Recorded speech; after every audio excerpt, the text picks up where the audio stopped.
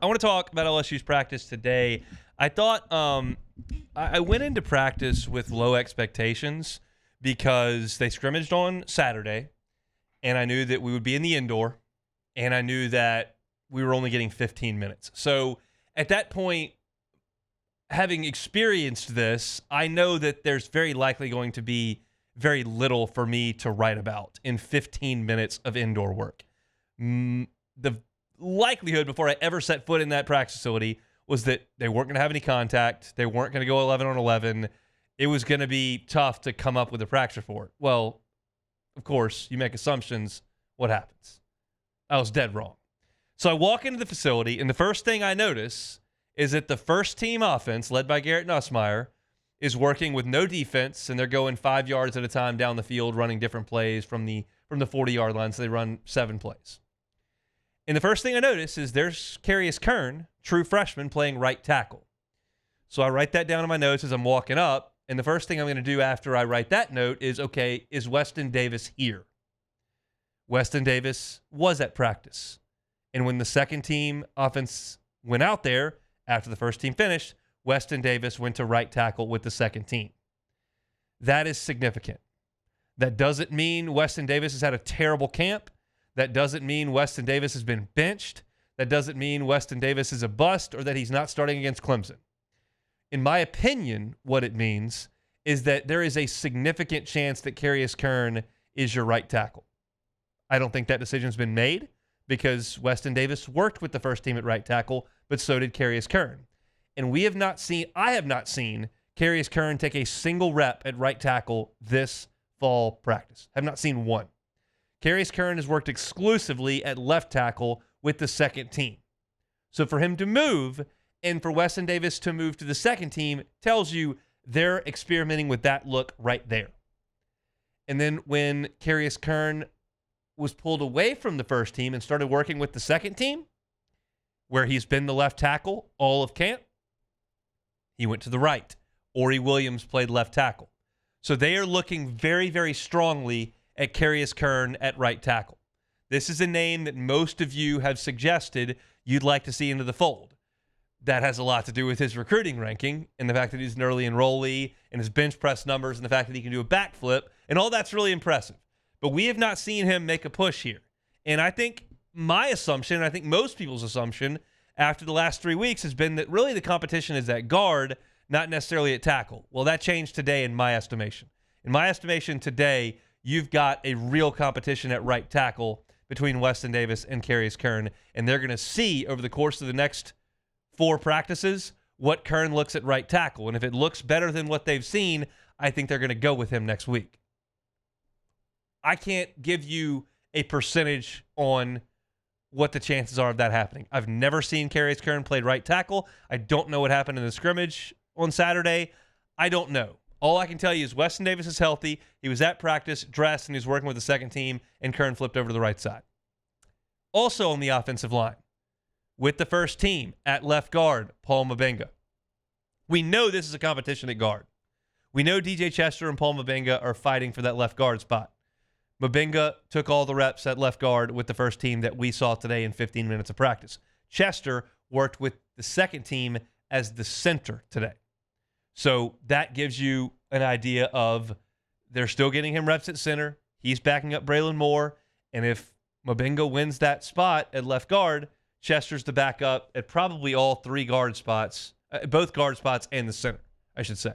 So that was the biggest news depth chart-wise from practice today. The offensive line, absolutely, they're taking a look. And look, I don't think this is a reach. I do not think this is a reach. They are looking for some answers at offensive line. There is concern about the offensive line. I do not believe that to be a reach. I'm not telling you they have no chance. I'm not telling you the season is coming off the rails. What I'm telling you is, based on what I've been able to watch, which at this point is more than 10 hours of practice, I think the offensive line has struggled in the running game. And what I can tell you from today is over the last 8 days of practice, you absolutely positively are seeing rotation at left guard and right tackle. They are not settled at those 2 spots in my opinion. So we'll see what comes of the next 2 weeks. I've told you since the start of camp that what Brian Kelly's angle was at this 1-0 and get that first win. And what does that mean on the field? It means we're going to try to get the depth chart solidified to get those guys reps as quickly as possible. Well, you're inside 2 weeks, and I'm still seeing rotation. And it's not the end of the world. It just is what it is. So that was a big, big story from today. The second story from today was LSU at linebacker. Whit Weeks did not practice today. He was there. He had his number 40 jersey on. He wore his helmet at times, which LSU is in shells today. Shoulder pads and helmets, no leg pads. Whit did not have shoulder pads on. He wore his helmet, but when they went to team drills, he stood 20 yards behind the defense and watched. It looked like from 3 stories up and 60 yards away, he also was wearing tennis shoes. I can't swear to that. It's what it looked like. It didn't look like he was cleated up. He didn't practice on Friday either. And Brian Kelly said on Friday, yeah, we don't let him practice 5 days in a row. I don't know if he scrimmaged on Saturday or not. Nobody practiced yesterday, and Whit Weeks didn't practice today. He doesn't look to be injured. He doesn't have a bandage on or a cast on, or he's not limping around. He's not on crutches or a scooter. He's walking around. He's not in the training room. He's out there at practice. He very well just may be on a pitch count, and that's fine. That's completely fine with me. I don't need Whit Weeks in a shells-only practice that we saw today that didn't feature any 11-on-11 with collisions for the first 15 minutes. I don't need that. He doesn't need that.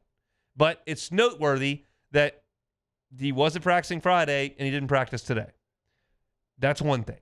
The second piece is that Harold Perkins was not at practice today. I don't know why. Brian Kelly will answer for that potentially this week. But we didn't see Harold Perkins, and I didn't see him around the sidelines either.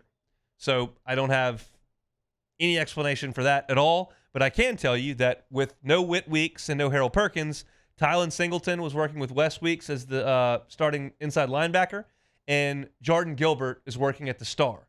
I believe he's moved to that position at this point.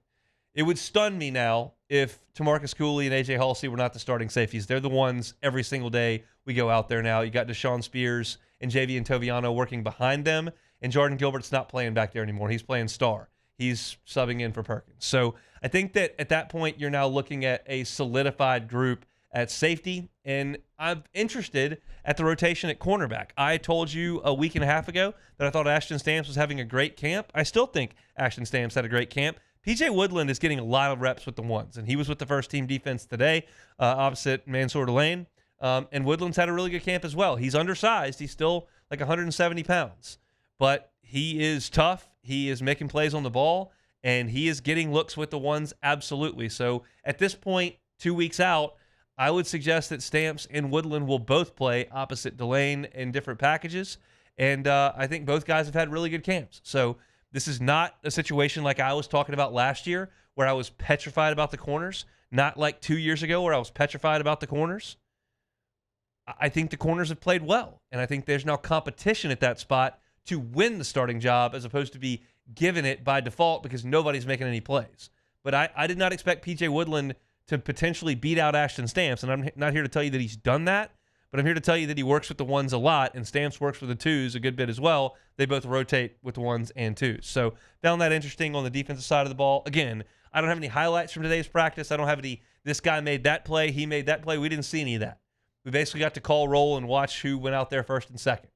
And you can draw from that what you want. You can take it as gospel. You can take it as just one rep where they're trying to get a different look. But I'm here to relay the message, and that's what it is. They're moving some pieces around on the offensive line. No Whit Weeks, no Harold Perkins. Safeties appear set to me with Jardin Gilbert moving down to star.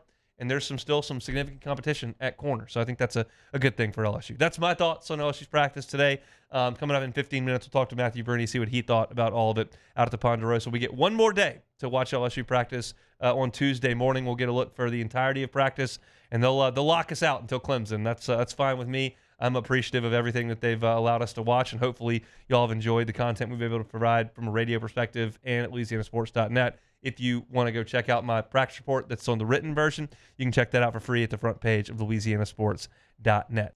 Hey, thanks for watching Hunt on LSU. Before you get out of here, do us a couple of favors. Hit that like button, leave your comments below, and subscribe to the channel for all your Fighting Tiger football talk. See you next time.